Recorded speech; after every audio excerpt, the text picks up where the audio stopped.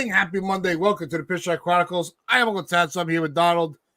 And we have to lead off with the World Series.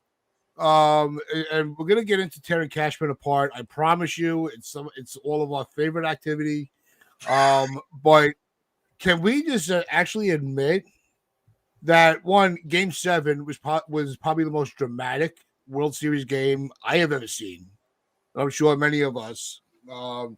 But what a amazing, competitive, back and forth World Series! It really was anybody's series to win between the Dodgers and the Blue Jays. And it does hurt that Mattingly did miss out once again.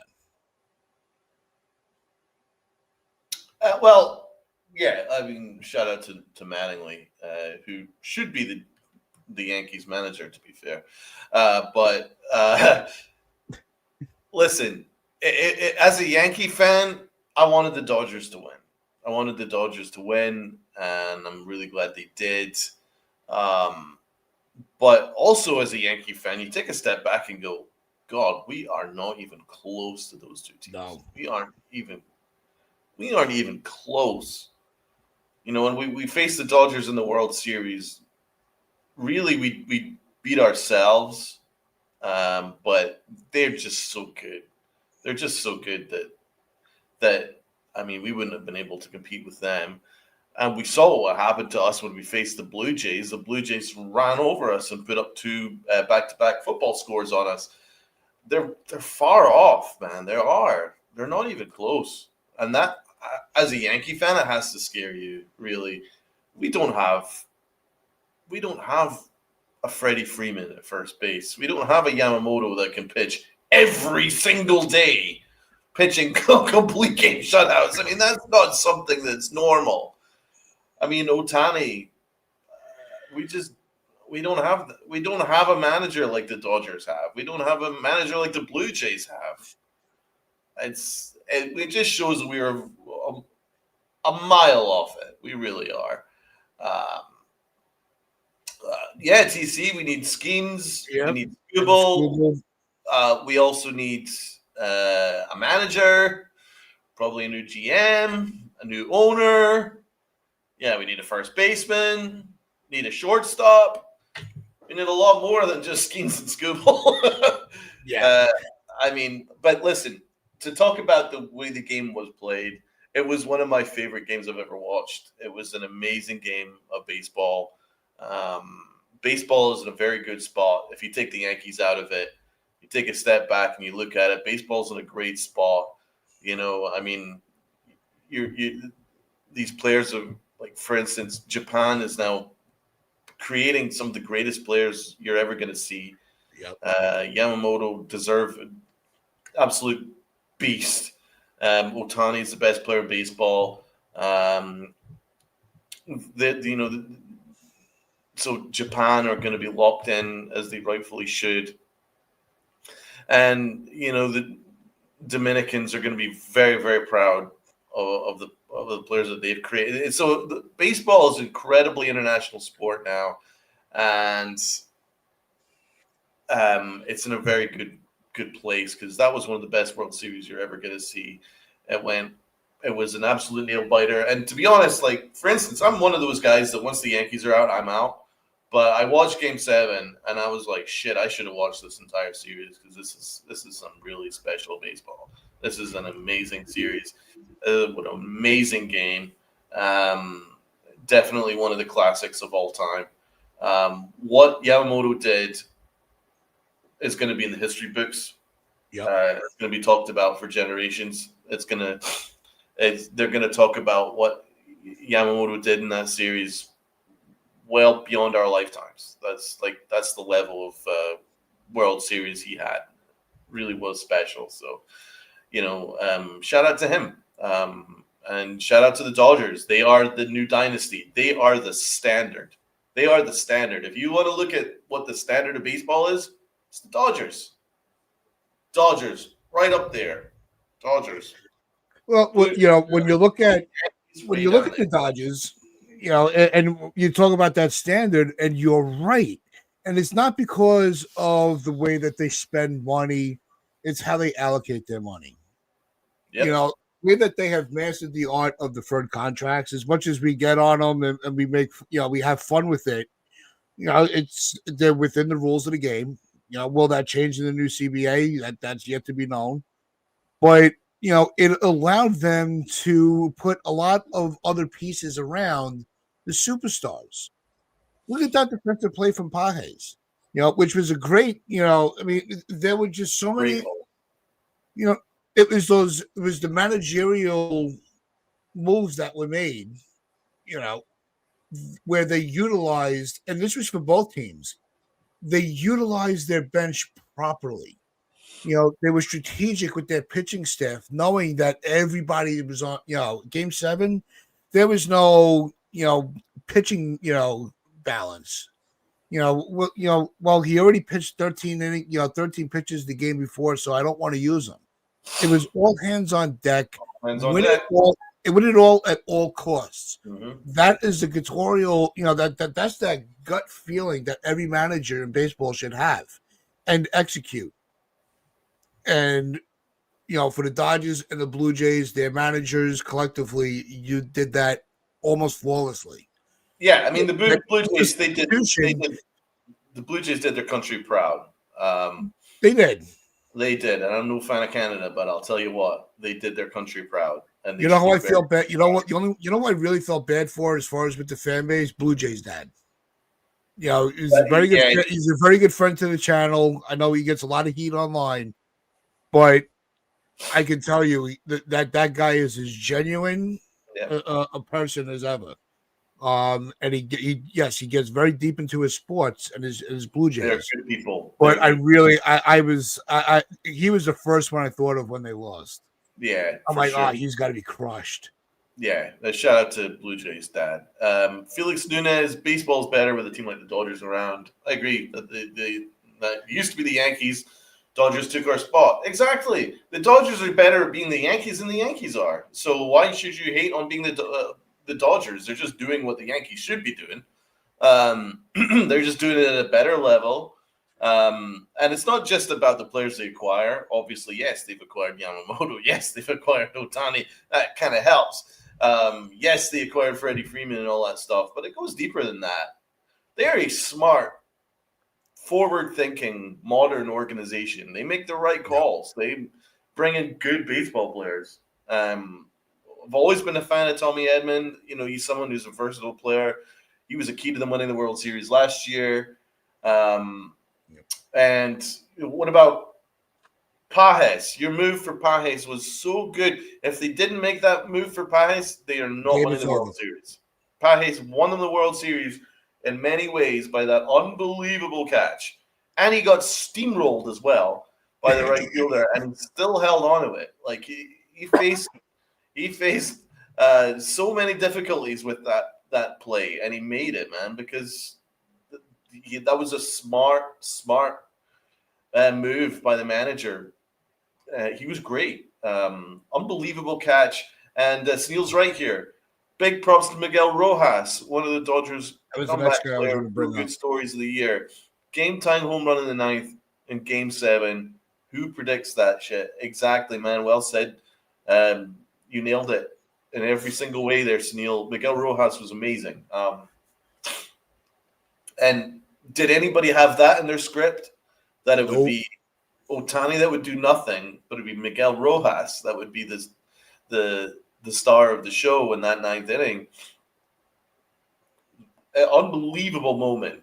And I really felt that they were going to win it once they hit that. Like, I really felt that they would. It just felt like it was going their way. The Blue Jays missed too many opportunities. And the Dodgers just kept hanging around.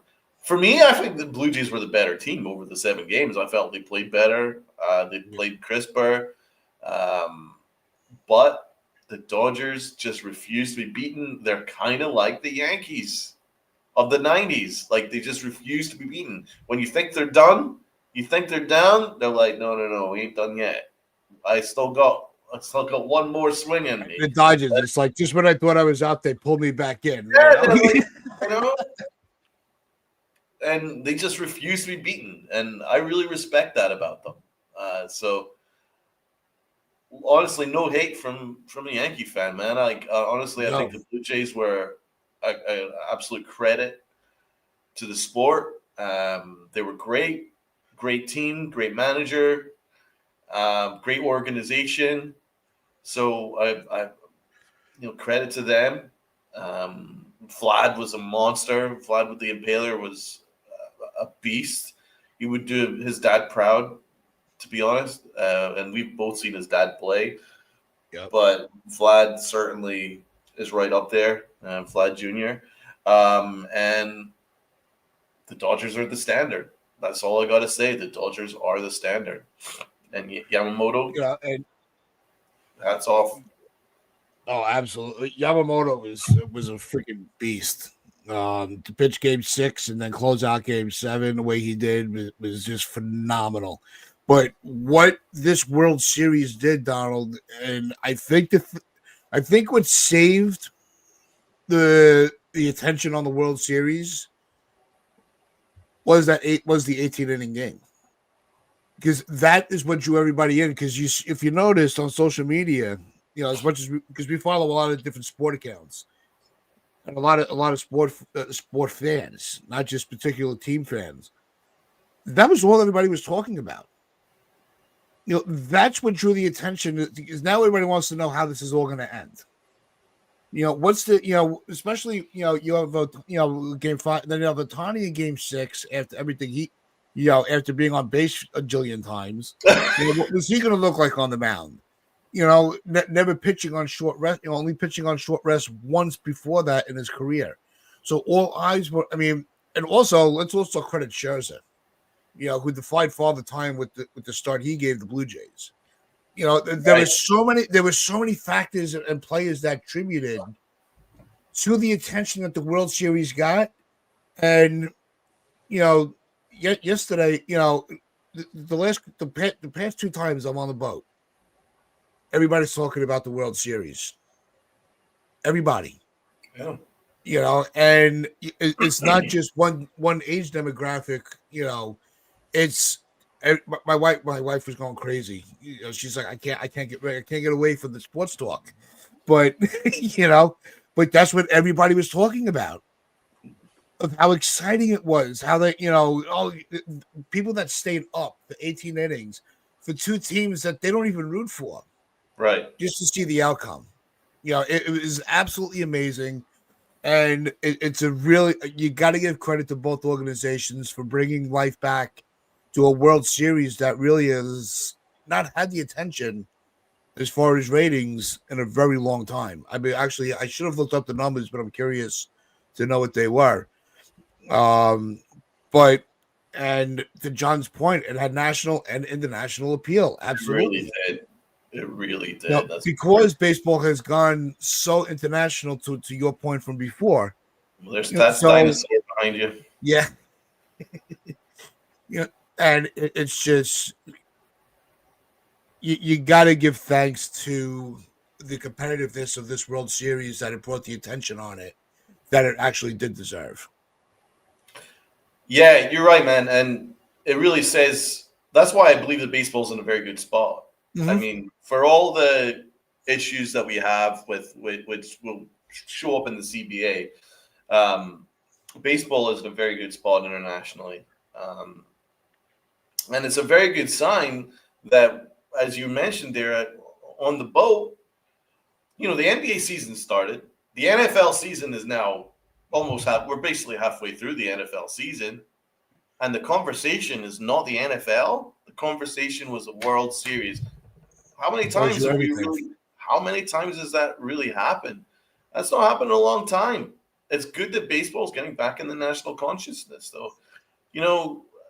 While the Yankees are an embarrassment to their organization, their fan base, and their franchise, the Blue Jays aren't, and the Dodgers aren't. So salute to those 2 organizations. No, and let's segue that into the Yankee discussion for today. And you look at the way that those 2 teams were built, and it's something that we only can wish that our front office had that same bravado, moxie, the balls to just, make sure that they put everything in place properly. And, that's why when you talk about rebuilding to get back to that for the Yankees to be in the conversation that we just had for 15 minutes, with their GM, I have no faith that we're going to be having the same conversation in respect for the Yankees. They are a team that's going to make the playoffs, but are not built to win it all. Right. And, and that's the sad reality that we're living in. And it all falls on, we all want to get on the owner who nobody knows where he is. I think they should do a house check on him. He does give the budget to the front to Cashman to make moves. Can he go a little bit further? Absolutely. But Cashman has shown that he really does lack the ability to maximize the value of the money that he has in his pocket. He'll go and get that one flashy player, and then he goes and gets a bunch of guys at the end of their line. As much as, we appreciated Goldschmidt for the beginning of the year, there were other options, younger options, more athletic options for first base. You go into a season with no third baseman because you were waiting for LeMahieu to get healthy.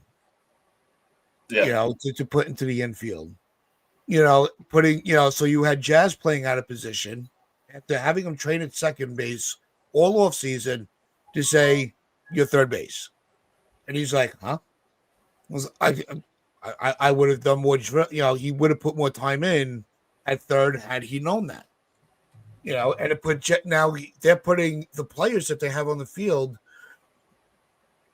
right on the bullseye for criticism because they were not told, but they were given unrealistic expectations as far as their positions, waiting on players to come back that we all knew DJ wasn't going to be DJ. The machine was broken. Everybody, the whole baseball world knew that. That's why he says when he comes back, he better not be in a lineup. Keep him strictly as a utility guy. You want to give somebody rest, then you plug in DJ. Fuck the contract because it wasn't like he was making a shit ton of money. That's true. He actually had a very, comparable contract where if he was a bench player, we're not screaming that you're wasting money. What you did was you wasted games that could have been won because you have your favorites. They stuck with Volpe way too long, gave up on Peraza, who could have at least given you something. So, no, I have zero faith in Cashman that we are going to see much improvement going into the next season. Well, for me, it starts with the top because Brian Cashman is allowed to be making these mistakes because there's no oversight. There's no one to oversee him. So, again, I actually have to look at how. They instead of where's Waldo, where's Hal? Yeah. Yeah, they need to make a new comic book strip. Instead of where's Waldo, where's Hal? Try and find Hal in this in this picture. You can't find him. He ain't there. Where's Hal as the owner of the Yankees? Can't find him. He ain't there. Does he have again, I keep saying it. Has he made a statement since the Yankees got knocked out? No. All I've ever heard him say over the last couple of years is that he wants a salary cap and that he can't handle this payroll. This payroll is unsustainable. We've got bondsmen to pay. Does that sound like the owner of the New York Yankees to you? Does that sound like an owner of any organization to you? No. So, yeah, listen, the topic of this conversation will be Brian Cashman, and I don't trust Brian Cashman as far as I could throw him. Absolutely not. But he is the only one doing his job. Even if it's not a very good job, he is the only one doing his job. He brought in he had a very good trade deadline. He had a pretty good offseason last season. He kind of did his job in terms of player acquisition. But But where's Hal? And what did Aaron Boone do with that pretty good roster? Aaron Boone himself admitted it was the best roster he's had since he came in, got in charge in 2018. It was the best roster he had. What did he do with it? Nothing. Mm-hmm. So, yeah, listen, I don't trust Brian Cashman. I think he's a bit of an asshole. But he is the only one doing his job. But the problem is he's having to do a lot more jobs because the owner of the Yankees ain't there. So Brian Cashman's basically the owner of the Yankees. And he shouldn't be. He has no business being that. And his neck is too big.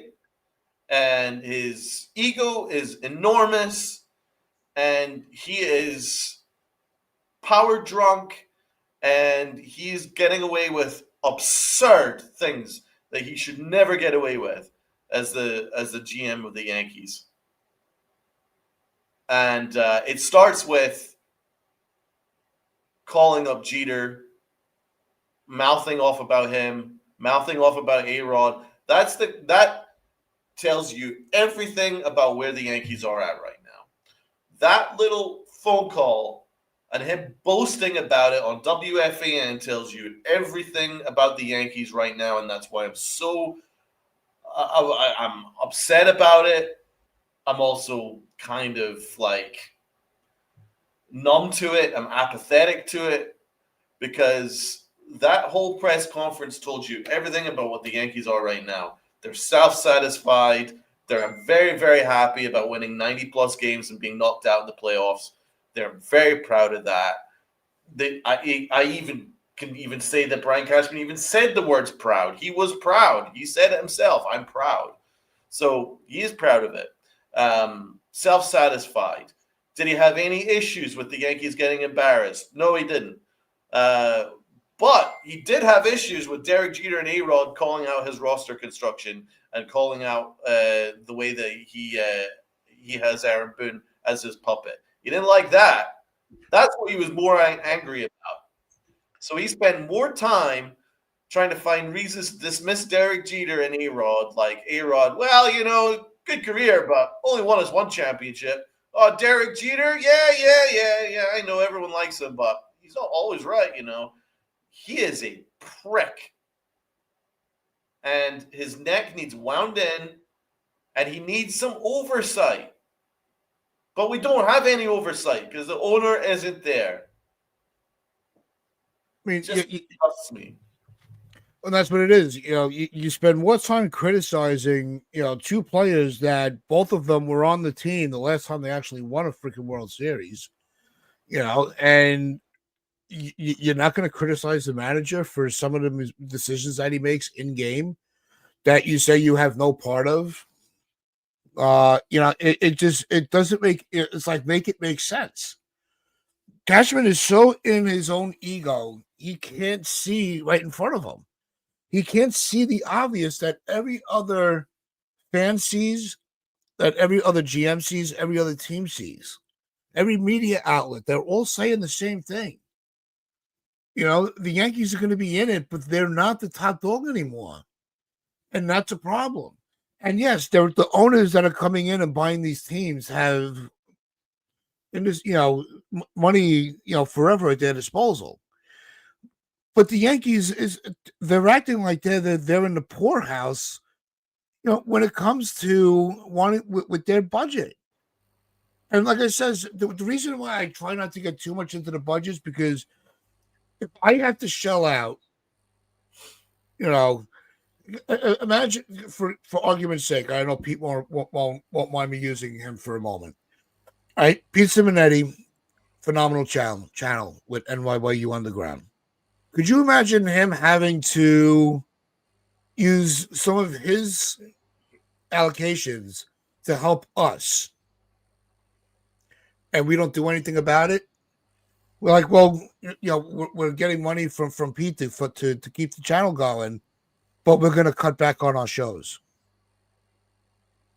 You think Pete would be happy about giving his money away? No. And I think that's what a lot of these owners, that's why they want the cap more than the floor. And how's at the forefront of it? He wants the salary cap. He doesn't want to spend his money, but at the same time, I understand he doesn't want to keep funding these other teams with the shared revenue if they're not going to invest the money into their team. But you can still have a $300 million budget and put a competitive team on the field if you have a competent GM. We don't. Not anymore. Cashman's way of doing things are, outdated. extinct. Yes, It doesn't work. Yeah, no, you're right. I mean, to move on to Brian Cashman, his philosophy is outdated. He thinks that, and he said this before, the big hairy monsters. He likes having big hairy monsters in the lineup, but baseball is moving in a different direction. Like, for instance, who is the star of the Dodgers? Ernie Clement. Do the Yankees have an Ernie Clement on the roster? No, they don't. No. I was trying to see if there's anybody even close, but no. No. The Yankees don't really have a leadoff hitter. Their only leadoff hitter, you could say, would be Jason Dominguez. Do the Yankees use him? No. They don't really like leadoff hitters. This is a Yankee organization that are moving on from guys that like contact. They're just not really a big contact organization. They are very much proponents of pull hitting. And I think a really good approach is someone that can hit to right center. For me, and the Yankees are obsessed with pull hitting, and I think that's a mistake. Now, obviously, it's good to have it when you're aiming for that right field porch, but it can also be a problem if that's all you're doing, because you're looking at the way that, for instance, Anthony Volpe swings, and he's destroyed his swing doing that. And you saw what happened to Gary Sanchez. His swing was destroyed by just becoming strictly a pull hitter.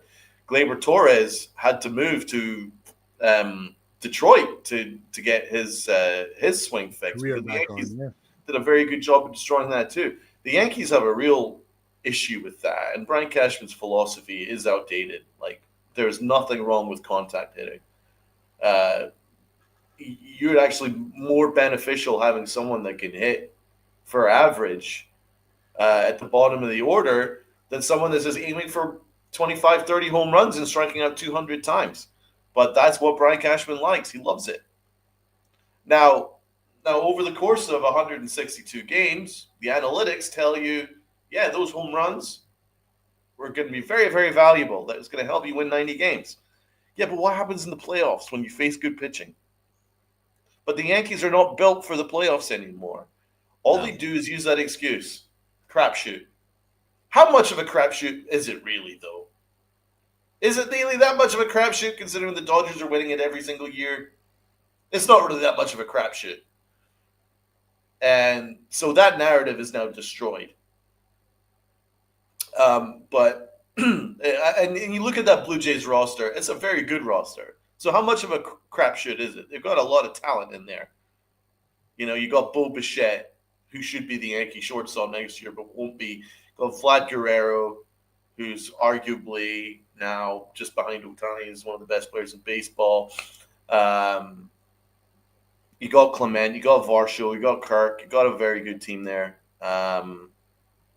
It's not really that much of a crapshoot, let's be honest. But get back to my original point, the Yankees are built to win 90 games in according to their spreadsheet. They can win 90 games because the home runs will help. But all those strikeouts are not helpful when you get to the postseason. You face really good pitching, tough pitching. Then those strikeouts get exacerbated, and then those home runs wilt away. So, yeah, Brian Cashman's roster building is incredibly outdated now. And I don't trust him. I don't trust how he's going to build it. He's built a good roster, but not a good roster for the postseason. There's too many strikeouts. There's not enough righty hitting. I mean, Jerron says here's the problem with Moneyball. I don't know. It's a problem with the Yankee ball, bro. Yeah, Because other teams have made analytics their friend. The Yankees are made it their enemy. And it's just really funny because, Brian Cashman said on WFAN that the Yankees treat analytics like it's the big boogeyman. We don't at all. Certainly not myself. I think analytics helps. But you've got to use it to your advantage. You can't use it as a crutch, and you can't use it as an excuse. It should be there to help you. But the Yankees don't use it to help them. They use it in order to make Aaron Boone a puppet, and they use it to make a lot of mistakes in their roster building. So they're just not very good at it. Other teams are much better at it. Much better at it. So, again, and do the Yankees do anything about their analytics team? No, they don't. They really don't. No, because they get to the playoffs every year, so everything is wrong. Their front office has not really changed since like 2000. It's basically the same front office. And like 20 plus years. They are outdated, bro. They are outdated. Their coaching staff is not innovative. Their manager is a puppet. He is. He's just a mouthpiece for the organization. He's not innovative. They don't really have an innovative coach in that coaching system. They do not. They're outdated. Their front office is outdated. Their philosophy is outdated. Mike Fishman has no business being anywhere near a baseball organization, and he's basically leading the Yankees. There are so many problems here, but the Yankee fan, and I'm saying it, just being honest, about half of the Yankee fans are perfectly content with 90 wins and being out in the playoffs because they are buying exactly what the Yankees are selling them. And so I really want this point, and then what this channel to be is like, this channel really needs to fight against that narrative. The Yankees are bigger and better than that. Bigger and better than just 90 wins and going home and being self-satisfied. The Yankees are a historic organization. The best organization in sports. They've got 1 million retired numbers because they are that historic. But the Yankees are living in that history. They are not forward-thinking. They are not modern. They are not innovative. They are not making the most of their resources. They earn like $900 million on a bad year. They only spend about 40% of it on their baseball product. But they're just outdated. And I'm going to fight against that narrative that we should just be self-satisfied with winning 90 games and being out in the first round of the playoffs. I'm not going to accept that. We deserve better. And Cashman's happy with it. Boone actually wasn't happy with it. Shout out to Boone. He didn't look very happy. Cashman was delighted. He looked fine, unbothered. Aaron Boone looked like he was really upset. So at least he looks like he cares. But there's not a lot of them that actually do genuinely care. It's just a brand now. It's not a baseball team. Yeah. And it's time for change.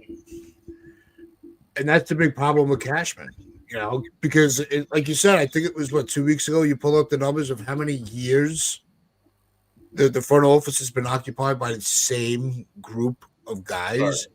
And it was, you always knew they were around for a long time, but when the numbers are on paper right in front of you, it's astounding how they've managed to keep their job that long. You have to be, I don't know what other organization would put up with it for that long.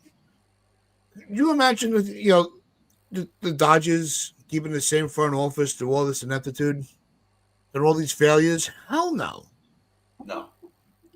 They moved on from Mattingly, which was probably one of the more beloved managers in baseball, even if it wasn't on your team. That's the respect he had, and even he was shown the door. So, nobody should be safe. I'm sorry.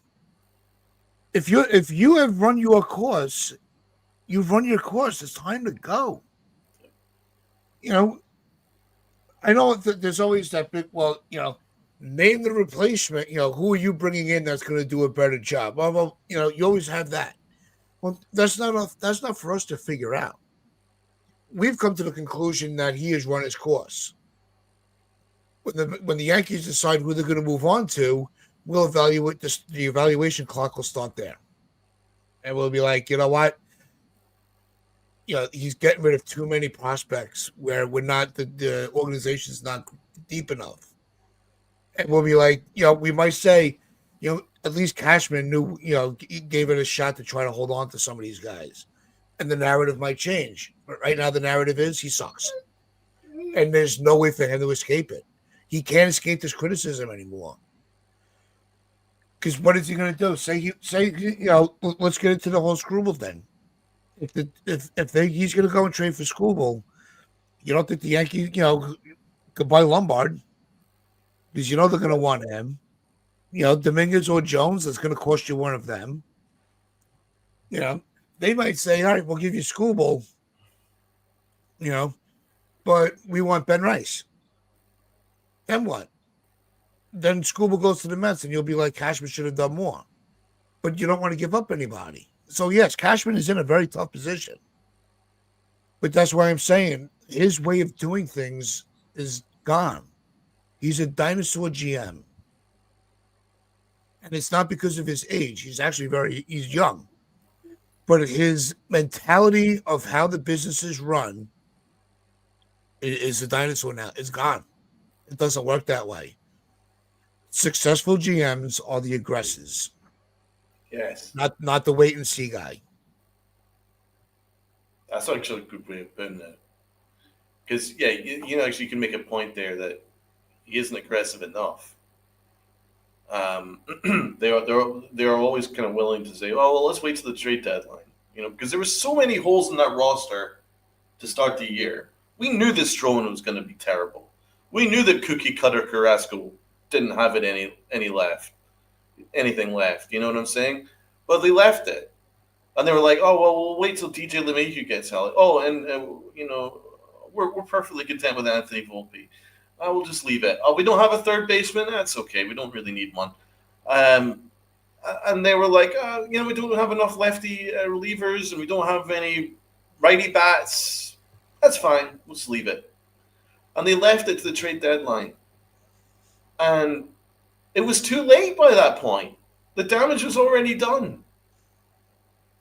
So, it was a really good deadline, but he had to make so many changes. And it just told you exactly what the problem was. The Yankees were not going to make the playoffs if he didn't make any changes at the trade deadline. He had to make multiple moves, like 7 or 8 trades. Oh, they were free-falling at that point. Exactly. They weren't going to make the playoffs.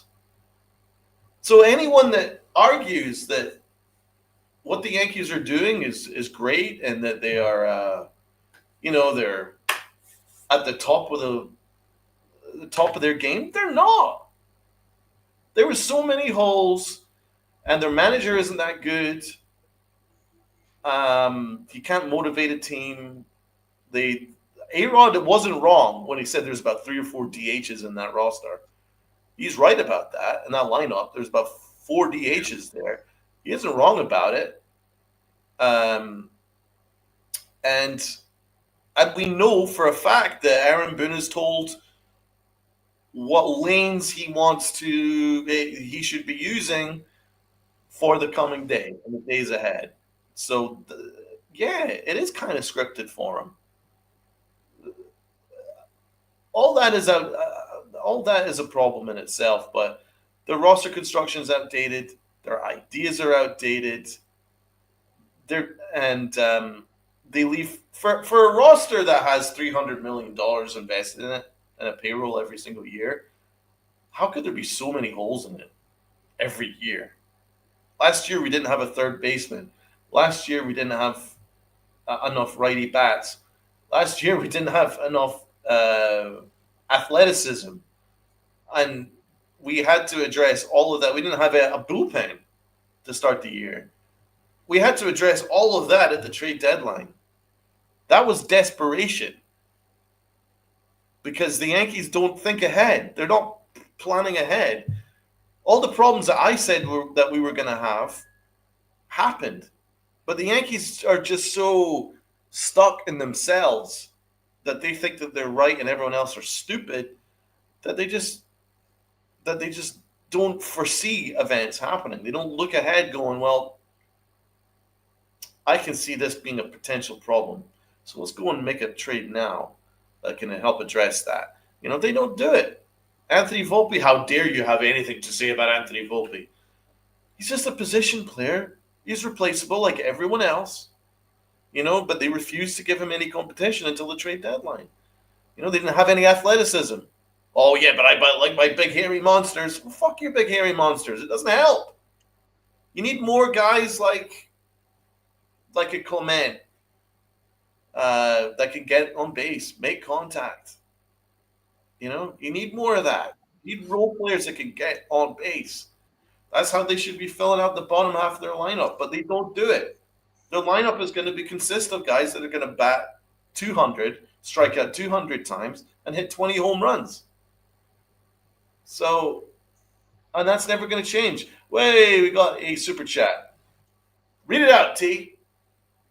So what's going on? Issy, appreciate it on the $4.99 super chat. He goes, the World Series enlightened me to the players we need and don't want to be in the Bronx. Soto set the tone.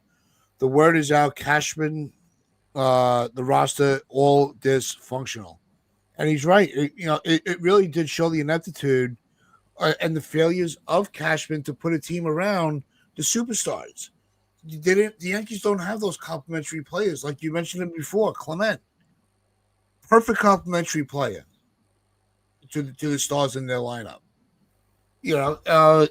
Guys like Pages, complimentary player in a room full of superstars that can come through, and give you something that you need, whether it's with the bat or the glove. So, yeah, it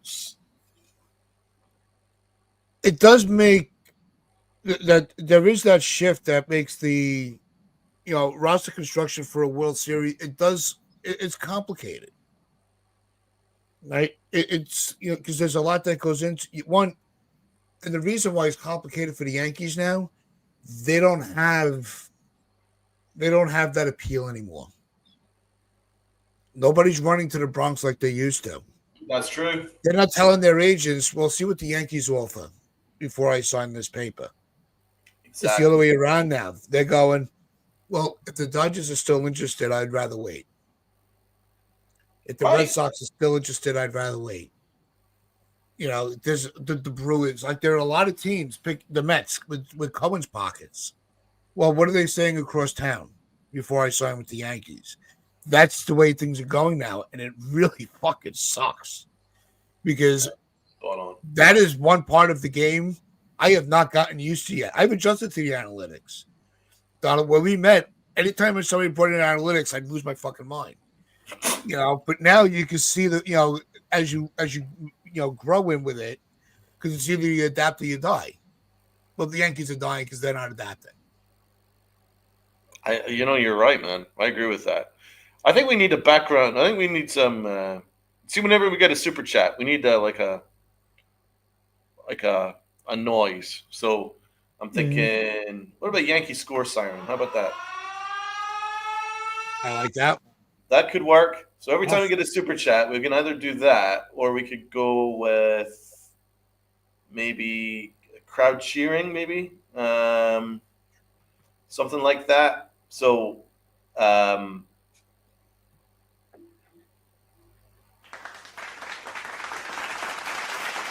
maybe do that. Which one do you prefer, Yankee score siren or? I like the siren. Siren. Okay. So every time we get a super chat, we'll go with a Yankee score siren. Anyway, no, I agree with you, T. I agree with you. I don't believe that the Yankees are as appealing a destination anymore. And we can write off Soto as being selfish and only in it for the money and all that stuff, but he had a year of being a Yankee, and it still wasn't enough for him to take much of a discount or any discount at all.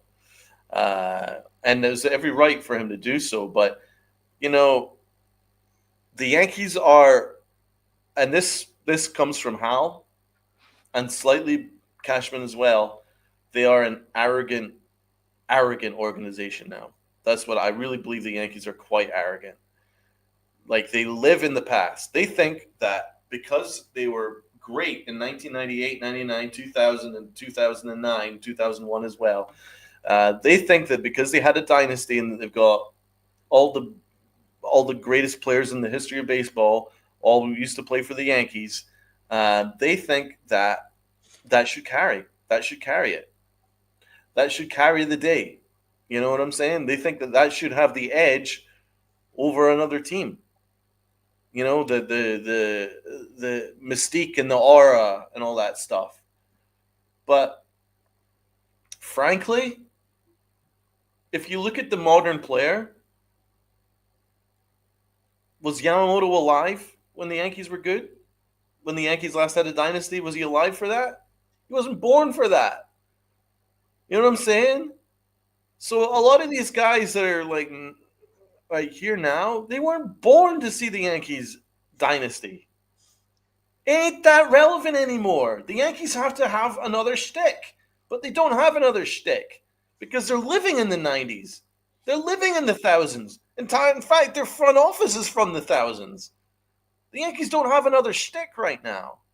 It's all about history, history, history. Well, what about the future? Do you have a future? But the Yankees don't have a future because they don't plan for a future. And that's what really annoys me. You saw that Brian Cashman's press conference. There was nothing about any changes that needs to be made. It was just basically self-satisfaction. Anthony Volpe, we're going to roll it back. Aaron Boone, we're going to roll it back. We're going to roll it back. There was no evidence to suggest that they were disappointed. It was nothing. They're just self-satisfied. They're not moving in a direction. They're living in the thousands. They're living in the 90s. These players that you're going for now, and you're selling them the 90s and the thousands, they don't care. Sell me what you're going to do now. Sell me what you're going to do in the future. But Hal can't sell that because he's a terrible owner. Brian Cashman can't sell that because he's stuck in the past. So yeah, Soto left. The Mets probably were like a used car salesman and sold him something that never happened. But Soto bought it because at least they have a vision, because their owner is willing to spend 95% of their revenue on their baseball team.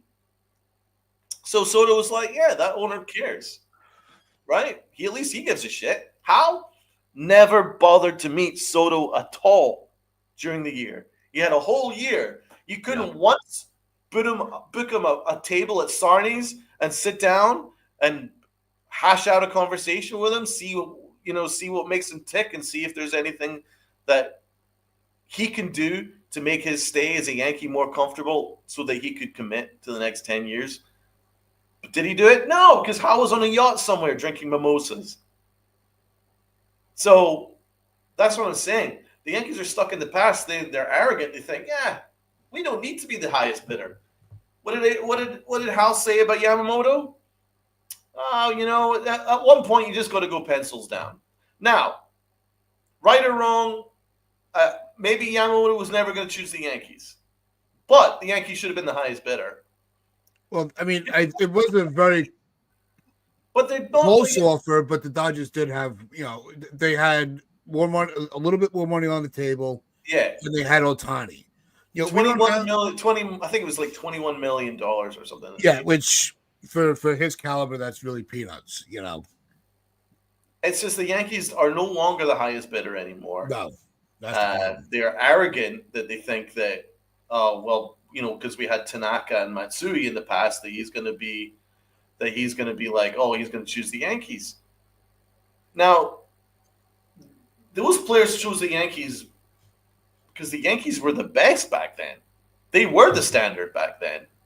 So all things being equal, They're like, I'm going to go to the winning organization. But now, all things being equal, the Dodgers are the standard.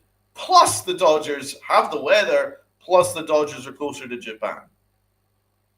So all of that works. And of course, they've got Otani as well. So they've got the Japanese contingent already there. And let's face it, all of Tokyo now are Dodgers fans instead of being Yankee fans, which they used to be. So, as I'm saying, they're outdated. They've lost markets. They no longer have the Asian market. They're no longer interesting. The Yankees are no longer interesting. And it's sad. It's really sad to see. But the Yankees don't believe anything that I'm saying. They think that they're in great shape. We won 90 games. Get to the playoffs. It's a crapshoot. It's not a crapshoot. The Yankees lose every single year. How much of a crapshoot could it be? Right? So, yeah, Luke is right, man. The Yankees are just another team. Yep. They're very good, but they're not great. And there lies the problem. Because you can't sell a fan base that grew up on the Yankees being great that is acceptable to be good. It doesn't work that way. Not in this town. This is not. Look, the Royals had that run. The mid-team, or the Giants. The Giants are because they've been around a lot longer. From their days in New York, when they, it seemed like every even year they were in the World Series and winning it. In 2010s. So it's they still stayed competitive, but the Dodgers just outpaced them. But the Giants are still relevant. They're still competitive. Like it's not New York, and it's not to discredit any other city. That's not my point.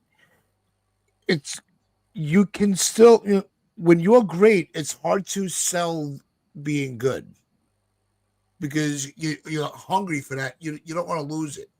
You don't want to lose that greatness. Cashman has caused his team to be good. Because he doesn't have the players that Stick Michael brought in that led them to be great. They went all out in 09 to give the boss one more ring. They knew he was getting older. They knew time was short. It's amazing what happens when you go all out. And you say, you know what? Going balls to the wall. I don't care. I'm getting CC had no intentions of coming to the East Coast. Right. But when you're a great organization that wins, you can steal players from other teams. It can happen. That's what the Dodgers are doing. That was going to be my final. That's what the Dodgers do now. Every great player that's talking to that's on the East Coast is going west, because the Dodgers now are that great team that thrive to continue to be great. When they won the AL, when they won the championship series, they had a quick celebration and then it was back to work. And there are a lot of people saying, you just won the pennant. You're acting like you don't care. Because that's not their goal. It's not their goal to win the pennant. Their goal is to win the World Series. Exactly. They have a goal. What's the Yankees' goal? Let's just get into the playoffs and we'll see what happens. That's the Yankees' goal. What is the Yankees' goal? What is the Get to the postseason and hope everything goes their way. Right. That's their goal. The Dodgers' goal is to win it all. If they don't win it all, then they'll make changes in order to win it all the next year. They have a goal. Championship. Yep. The Yankees' goal. Make the wild card. That's the goal. It's like Jeter was saying on their pregame show, because they asked Jeter, "What's the pressure like going back to back?" Was it's easy to fall off in that second year because you're on that high that you've already won. You've reached the ultimate. You've reached the top. You've reached the pinnacle of your goal. it doesn't. It takes special players to want to do that again. Not want and not want to lose that feeling of I'm the best of the best. Winning mentality. Exactly, and the Dodgers have that in spades. Yes, they do. They've got winners. That's why they refused to lose that World Series. That almost for much of that World Series, they had no business winning. They were being outplayed, but they refused to lose. So just like that Yankees dynasty of the 90s and thousands that we were there for, the Yankees refused to lose because they had winners. 1 through 9. They had guys that knew how to win, knew how to step up in big moments. The modern Yankees don't have that. There's not a winner there. There's not a winner in that group. I have no idea. Wait, who's that winner in that group? They don't have one. The Dodgers packed full of champions. Packed. And it helps. That mentality. It helps. It sets the goal, sets the standard. The Yankees don't have a standard. They don't have a goal. And that's why I'm pissed. So, yeah, people were going to be like, why is Donald so pissed? The Yankees win 90 games every year. They've never had a losing record. They don't have a goal. I don't know what their goal is. This is not the make money. Their goal is to make money and be one of the teams that made a wild card, or if they're lucky enough to win a division, to get beaten in the division series. That's it. That's their goal. But even if they don't make their goal, which happened a couple of years ago, they missed the playoffs altogether. Was there any changes? No. So there's nothing that actually happens. The Yankees don't have a goal. They don't have a direction. They don't have an owner. The only thing they have is a general manager who is good, but his ego is tremendous. And he's almost pissing on the Yankees' legacy of the past because he refuses to admit that he's wrong. He's refusing to admit defeat. Admit defeat with Anthony Volpe, please, for the love of the Yankees. But he won't. And that's why your ego is that big. Admit that Jeter has a point. Admit that A-Rod has a point, but you can't because you need to prove that you're better than them. Yeah. You're not. You're an executive. You're a businessman. That's it. You're not a fucking Hall of Famer. Not a baseball player. Listen to them. Take a step back. Wind that neck in. There's a lot of people that are smart, that are saying a lot of smart things that you are refusing to listen to because it might damage your ego. And that's what the problem is. And I don't know where Hal Steinbrenner is. It's a fucking clown. Here's my final point for the show. All right. The Jays were just in the World Series. All right. That was the last, them and the Dodgers, but for sake of the AL East. The Jays were able to show that they have an organization that could put a team together that took the Dodgers to Game 7.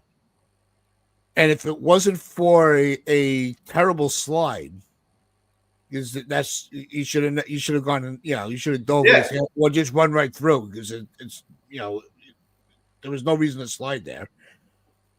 From taking the championship away from the Dodgers. Right. You think that if they come into the IKF get brought up? The Yankees! The Yankees taught him how to run the bases. He never took a lead. He didn't take a lead. But if you're interested in being in a very competitive division like the AL East, the Yankees are not on the top of the list anymore. I think the Jays are going to be that team because they were they were the AL East team that took the Dodgers and pushed them to their limit. And they couldn't get the job done. But there's going to be a guy. Man, if that was me on the bases, I could win this for them. Yep. Or if that's me on the mound, I could win this for them, and finally get them past that hump. Well, dude, I was rooting for the Dodgers. So when I saw that IKF got brought into the game, I was like, phew, we'll be fine. Because I knew that he wasn't going to do anything. But I saw his mistake was he never took a secondary lead, or he took a very weak he one. never took a secondary lead, so it was like, oh, we're going to be fine. He's a terrible base runner. I'm like, how did IKF? How lead. did he not score that? Exactly. He cost them that. He cost them the championship. He's got the speed. No. But that's what happens when you've spent a couple of years in a Yankee organization that preached zero accountability. You know? Zero standards in base running. Zero standards. There was no standards. So he just carried that on to screwing it up for the Dodgers. And I feel bad for the Dodgers because they deserve to win that championship.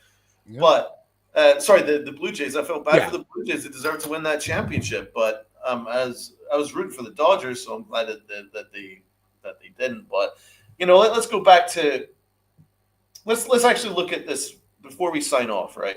Yep. Do we have any faith that the Yankees are going to do anything in free agency or in the trades? Do we have any faith in that? I don't. And this is how times have changed, right? And this is why it's such a difference between when we were younger and to now, right? In the past, I was confident the Yankees would get the best player in the market. I was always confident. Before, I was very confident that we would go and get that best guy in the market. 2009. What did we do? You brought it up there, Tats. We went to CC Sabathia, who wanted to go to California. We laid the rings on the table. We laid the money on the table. We were like, you are going to be a Yankee. What did we do with Mark Teixeira? Yep. We blew him out the water. We're like, you're not going to the Red Sox. You're going to be a Yankee. Right? The Yankees don't have that mentality anymore. No. They just lost Soto last offseason. Are you confident that they're going to do anything this offseason? Kyle Tucker's sitting there. We need an outfielder. We need someone that can help Aaron Judge. Are we going to do it? No. I'd be shocked. If we do, I'd be delighted. But do I honestly think? No, we're going to take the cheaper option. We're going to go with Bellinger. Because that's what the Yankees do now. The Dodgers don't do that. Remember that offseason when Seager was available? Did we get Seager? No. Remember that offseason when we had when we needed a first baseman and Freddie Freeman was available? Did we get Freddie Freeman? No. Remember that offseason when we really needed Manny Machado? Did we get him? Nah. We don't need him. No. Why need him? When we were paying Aaron Judge less than $1 million per year, and we really needed to give him some help, and Bryce Harper was available, did we need him? Yeah, Ellsbury. We don't need Bryce Harper. We don't need Bryce Harper because we've got Aaron Hicks. We've got Aaron frickin' Hicks. Oh, God. So, am I confident that the Yankees are going to make any changes? No. They're already looking for excuses and not have to spend.